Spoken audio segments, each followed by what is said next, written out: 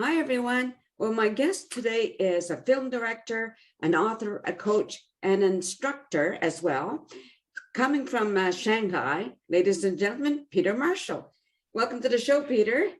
Oh, thank you very much. I'm glad to be here, Nancy.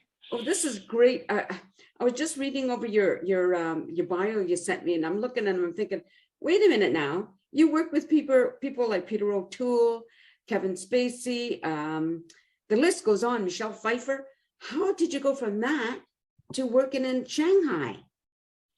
Well, yeah, that's a good leap. Basically, well, my background, I'm Canadian, and I went to film school in the '70s in Toronto and lived in Calgary, and then eventually got to Vancouver. And in the '80s, I was lucky enough to be at the right place at the right time as the Americans started coming into doing television and things. And I got a job as the second AD on a TV show, and then right after that, I got first AD, and I just started working in the industry in Vancouver on television series. And from there, one thing led to another. Movies came in, so I became a feature AD. And you just build up, like anybody, you build up a reputation and you build up experience. And so I think after a few years, maybe over 10 years or something, I started getting into bigger movies where I had the opportunity to work with such great talent as, like you just mentioned, Peter O'Toole, Michelle, etc. That must have been a really exciting time for you when you did that, right? Well, I think that it's like anything. You start off in a business and you learning the business first. You're learning the trade, your role. And I'd never done like AD before, and so that was a struggle to do that. But I think also one thing, and I certainly know in the film business, I've been in it almost 50 years now, is that it's a team sport, of course, but when you work with the actors and the crew, it's usually a big family. And I think there is a certain aura about certain Peter, like especially people like, say, Peter O'Toole, who's an icon, or was an icon.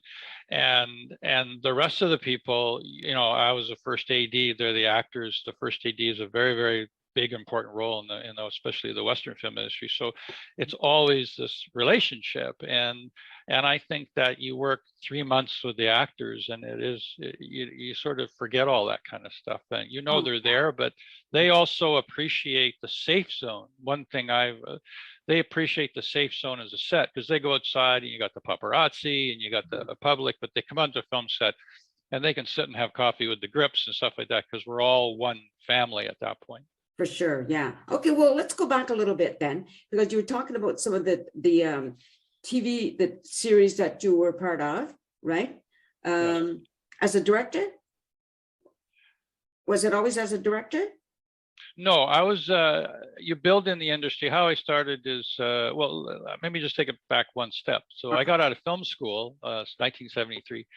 And I worked as a camera assistant, a grip, you do all the stuff to learn your trade, right? And then doing little documentaries, and I wanted to actually be a cameraman, a director of photography. So I shot little short films and worked with cameramen as assistants and, all of that. And then it was late '70s where I sort of changed and I had something to say at that point, and so started writing documentaries, and you just sort of build up a career. Everyone's career is different, but it's just stepping stones. But it's about learning the craft, like it's learning the craft first, and then I built up, and then got an opportunity to go to Vancouver. I was living in Calgary at the time, and go to Vancouver and be a second AD on a TV series called The Hitchhiker, and the production manager knew me personally, brought me in and said, we'll train you. So I was very fortunate. And the Vancouver industry at that point was just very young. We were doing only a few shows.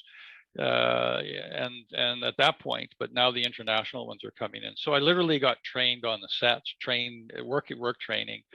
And then I just went from there. And I think that you slowly build up your credibility, your credits. And of course, it's people recommendations. Right. So then I directed maybe 1/2 hour of a little TV show drama in Calgary, but that was a small little Canadian thing. that was kind of my first sort of directing gig. But after working in Vancouver, I worked on a TV series called Wise Guy as the first AD, and we were Emmy nominated, and it was a very popular show in the late 80s. And I had been an AD there for a year and a half. And so a lot of times what television series do, they will give crew members opportunities to direct, like actors directing, producer direct, writer directing, and first ADs directing. And so they offered me a directing gig on probably one of the top shows, NBC shows. So it was a little scary, but it was a family. I had worked a year and a half as an AD on that. So I knew everything and everybody was supporting me. So I directed one episode, the first episode or an episode of Wise Guy. And that was a huge, following, because that's a big show at that point. And I got two shows directed out of it. And then from there I got an agent, and then it just rolled. And then I started doing other episodic. So you sort of stepping stones, right? The AD gave me an opportunity to direct, and from there I went into other things. And so that's sort of how my career went. And then equal to that, I started getting feature films. So the hierarchy is sort of, the episodic TV, we call the Sausage Factory, boom, boom, boom, 7-day shoot, 7-day prep. But the features, then I was lucky to be in Vancouver, and I started getting some features as an AD. So I stopped ADing TV series, and then I would work on, say, TV movies or feature films. And then I would then direct some episodic TV somewhere in Montreal or Toronto. I was all across Canada doing that. So I kind of balanced my career for about 10 years doing that.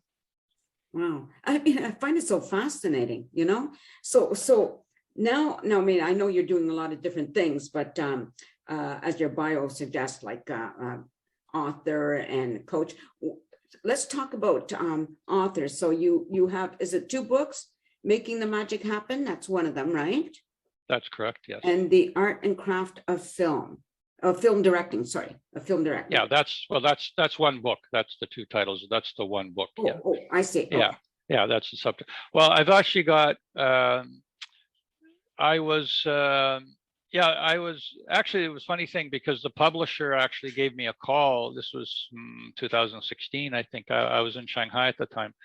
And a very good friend of mine, his name is Mark Travis, and he's written several books. He's a very, very top level directing coach around the world. He's probably one of the top people, and we're friends, and I've been to his seminars, and we work. So anyways, the publisher, Michael Wishi, got a hold of Mark and said, Mark, do you want to do another book? And he goes, no, I'm too busy, but here, give this guy a call, Peter Marshall. I know him. So Michael gave me a call, and we talked about it. And I said, yeah, I mean, Michael Wiese Productions, there's 2 big film publishers, Focal Press and Michael Wiese, and they're the top film book publishers. So that's how I started to, I wrote a book at that point. And I had already put a lot of effort into online e-zines and all of those things. So I was already used to that.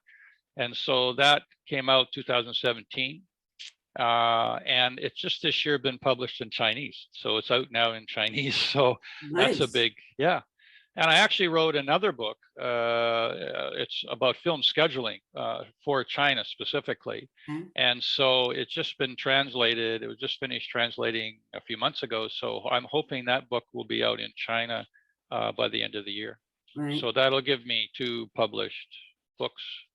So I'm very pleased about that. Yes. Yeah, for sure. So how did you end up in China? Well, I worked for the Vancouver Film School for a long time. Like when I was in Vancouver, I do a film or I direct something, and then I come back home. And then I've always wanted to teach. I've been teaching workshops for 25 years. And so I started in Vancouver teaching, and then, Toronto, I'm back and forth. So I started building also a reputation for teaching workshops. And I've traveled around the world as well. I've been in Dubai and New Zealand and Malaysia 3 times, and just teaching these workshops. So I think what happened there was, and then I was working at the Vancouver Film School teaching and directing. And so I would do, say, 2 months, and then I go out, do a job and come back. And then they said, well, do you want to stay for a while? So I did part-time, and I was getting tired of AD and I wasn't doing it anymore. Right. And I said, yeah, this is great. So I started, I think I worked 2006, 8. So I worked about 6, 7 years at Vancouver Film School, part-time and full-time, like I would go out. So then they called us into our auditorium. This was 2000, I think 14. And they said, well, we've opened a film school in Shanghai, and nobody knew. This was all a big surprise. Okay. And that they're looking for instructors. So we were all interested, but they had already had someone to go over before me to do that. So the school opened in September 2014. And a friend of mine, Darren, was over here. He was teaching, but he had to come back. And so they asked me if I would go over. So I went in December 14, but only for 2 months. So the first time I was here is December 2014 till January 15. Then I came back the other director. So they just circulated the director. We all got a shot at coming here, right? But in it was July, I got a call from the vice president. He said, Peter, you've been here already. We would want someone stable. Would you want to come for a while? And I said, yeah, sure. I maybe 3 months, 6 something. So I came over basically July 2015, and I thought I had no commitments at home, and I just went, you know what, this is pretty cool. And so I signed, and I've been here almost 7 years now. So. Pretty good. Now, just wondering, is there a big difference teaching there as opposed to in Canada? Well, yes. I guess language is, of course, the first thing that comes up. So, but I think that the language is one and culture will be another. But the key is filmmaking. And I think that's the one thing that I really found here. Was that it's pretty universal. And because I taught in different countries, workshops for 3-4 days in different countries, even though maybe the language different or we're speaking English, but it's like you're making a film, you have different ways of doing it. But to me, that was good. So first of all, so the language, when I first came here, we were teaching everything in English. I mean, we still teach in English, but there was no translation, nothing, because we were just starting. So it takes, like any business, it takes, 5 years to get your feet just grounded. So, but now all my PPT slides are, I have the English and my TA, my TA, Cecilia, she's an ex-student. So she knows the routine. So she'll translate the slides. And then when I talk, I do the English and she'll translate and add more. So it's a very, so that's worked out, but you have to sort of get used to that. Mm-hmm. But culturally, there's always a little difference. There's a little difference in the film systems here than in the West, for example, but they still make amazing movies. It's not, and then the creativity is here. And I think someone once said, well, why are you here? And I said, to help make Chinese films more efficient, because the West is one of the reasons that was the Shanghai government actually went around the world and try to find a Western film school, and that's what they settled on, Vancouver Film School. And I think part of that is the efficiency, right? And I think so that's sort of what we're doing here. But again, I think it's an incredible experience, and I'm learning a little bit of Chinese, but it's like, the first day of the classes I teach is always, we speak 3 languages. We speak English, we speak Chinese, and we speak filmmaking. So that's the truth, right? Yeah, for sure. So now, before COVID, like, did you come home, or or did you just stay there working? No, I came home. I've been home 2 or 3 times. Usually there's October holiday here, so we get like in the contracts, because I'm a foreigner coming over here, they pay a little bit more money, and we get some little more deals. Of course, that's any business, and so we get 2 weeks paid holidays. So I always sort of combine a week with that October. So I've been home a couple of times in sort of end of September, October, and then I met a Chinese woman here. So I'm now married, but we've been over there, and but the last 2 years I haven't been able to come back, of course. So and then I'm hoping this year. And so I got friends in Vancouver, and I have two kids. They're in Toronto, so we're hoping to go back and see them. But yeah, I miss it a little bit, but I mean, this is where I'm living in the country, and I've been all around China, and it's an absolutely amazing country, and the people are just unbelievable. So Yes, I agree. I've been there a number of times, and I yeah, you said your son is living in Shanghai. yeah. Wow, that's cool. You've been in, and so you've been here. Yes, originally he was, I'm not sure if I'm pronouncing it right, but in a city near Beijing, Qinghangdao, I think. Oh, okay. Chengdu, maybe. Chengdu, maybe. No, not Yeah. Chengdu. No, definitely Oh, not okay. Chengdu, Okay. no. Okay. And his wife is from Daqing, so way up northern China. So it's kind of interesting. So I was there to visit her family. So, but I like that. Like you, I think it's such a wonderful place, right? Yeah. And, Yeah. yeah. Just another thing I was asking, like during your teaching, the film teaching, have you seen any of their films, like from teaching them to having an end product? Like, is that? Well, yeah, part of our schedule, we have it. So the Shanghai Vancouver Film School is a 1 year intensive program, just like the Vancouver Film School, right? It's like, there's 12 months divided by 6 terms, and term 1, 2, 3, 4, 5. So they all direct films in term 1 and 2, and that's really when they're learning. And then there's term 3 films and term 5 films, and we are always in meetings. We're helping them out. We are on set mentoring with them, and as a directing instructor, then I sit for the term 3 films and do work in editing with them on. So I see them all the way through, and even to most of the time on set. So you get to see the transition from kids coming in, just okay, here's the camera, and all of a sudden we get some good films out of it. It's just an amazing process, actually. I would imagine so. Yeah, I did some. I was acting in some student films, I think from the Vancouver Film School. And the whole process is so fascinating. Yes. Right. Even as somebody, I mean, I had one of these overnight shoots, and it's like we finished at 5 a.m. It's like, oh my gosh. Yeah. Yeah. But well, here, I mean, that is part of the process, and the students are learning everything. So, producing, about budgeting and location, finding locations, and shooting within a time frame and a schedule, and that's all part of the process. But it always amazes me, being in the industry, from when I was a film student to teaching film students in China, how films even get made. It's like there are all the elements and the problems and just all the stuff that happens, yet somehow it's like there's a film with music and we're applauding at the end. And it's incredible, and that's all universal. That's pretty universal. So. Right. Yeah. They're so enthusiastic, right? That's why they're there.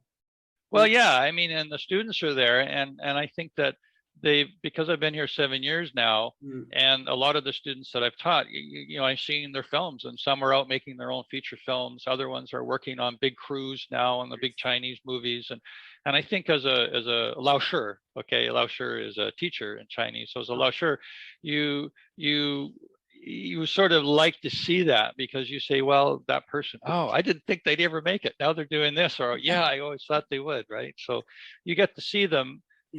And of course, we all keep on WeChat. You know what WeChat is, and the big app. And so I'm always keeping in touch with people and seeing how they're doing. I think if you're a teacher anywhere, it doesn't matter what you're doing, as teaching science and chemistry or lawyer, whatever, to see your students 5-10 years down the road doing very well is a really great feeling, and sometimes it's hard teaching, it doesn't matter. I'm teaching in 2 languages basically now, but in a different country, but to see the fruits of all that, it's just always worth it. Yeah, sounds awesome. Do your students do they try to learn English? Part of the prerequisite to come into the Vancouver Film School now, or Shanghai Vancouver Film School, is that they have to have a modicum of English, because everything is in English. We do in English. There's 3 or 4 foreign teachers, but that's a prerequisite. Now, sometime the level could be here, and sometime the level's here, but because we have TAs, teaching assistants, that are of course Chinese and English, so that's not as big of a problem. but we'll show film clips. I'll show film clips that they're 10-minute film clip, and there's no translation on it, so it's to their benefit to know it. And there's some students that speak better English than I do, so you have a cross section. Yeah, but again, it's the students are coming in, it's the creative environment. Yes. And they all do have some sort of English. Now, I think in learning any language, it's either talking, listening, or speaking, right? Or speaking and writing. So some will basically, I can talk to them, they'll get every word I say, but they have to translate back to a translator because they can't speak the English. You see, so you're dealing with all sorts of different things. So there's always people in the room that can do that. So yeah, for sure. Now, what does it say? Something I was just, you have a blog, is that correct? I have a blog. I haven't really used it much lately, but I've got, film directing tips. It's sort of almost a little bit the same as my website. It's after I got here, or before I came to China, I did a lot of work on the web and online and websites and selling art, products online for my film courses and all of that. And coming here, I just became so busy that I kind of left it a little bit. So, but the blog is not truly a blog where you can write some things down and what you think. I think at some point I'm going to go back and do that. So. Right. It's hard to find time to do everything you want to do, right? Oh yeah, it's insane. But we are so busy because the school is 12 months a year. Like there's no like university where you get the summer off, right? So we are, and that's why I can't take 4 or 5 weeks off as holiday. It's so because the school just keeps going. So that's a little more pressure, and we have 2 classes at the same time. So term 1 and term 4, term 2, because we have 2 intakes. Okay. So you're always teaching 3-4 classes a week. Term 1 and maybe term 4 in there. So it's always really busy. We do have the big holidays. They don't celebrate Christmas here, but we have the Spring Festival, which is usually January, end of January, which is 2 weeks. We get 2 weeks off there. Yeah. So that's kind of it. And then the October holiday, and there's a lot of little 2 or 3 day holidays spread out. So it does give us a bit of a break. So. Very good. Yeah. Well, this has been really informative. I think it's really, fascinating that you're there and that you enjoy doing it. And, I love talking to people who are enthusiastic about what they do. It's always so interesting, Yeah. And I think we're just about out of time, unless there's something that I should have asked that I haven't. Oh, wait a minute. Okay, so you're something about the director's chair. That's an easing. I've been directing. That's an easing I've done once a month for over 20 years, and so that's my first. So I write a little article, and I have over 2,000 subscribers, and so I just send an article. That reminds me, I have to do one today. So that's an easing. I put out to subscribers, called the Director's Chair. Yes. Yeah. All right. That's awesome. Well, thanks for doing this, but just hang on for a second. I'm just going to say goodbye to the audience. And yes, everybody, that was Peter Marshall in Shanghai. I'm going to put his website down if you want to contact him, assuming he has some time to talk. Anyway, sure. Take care, everybody. And it'll be after Easter by the time this is shown. So, but happy Easter anyway. So take care, everybody, and peace out. A sense of community, Chilliwack's a place to be. A sense of community where you're free. Rolling through the mountains, rolling through the valley, rolling through paradise with me. It's multicultural, you're sure to see it all. Chilliwack's a place to be, you'll see. Come party in the park, go dancing after dark. Chilliwack's a place to be, you'll see.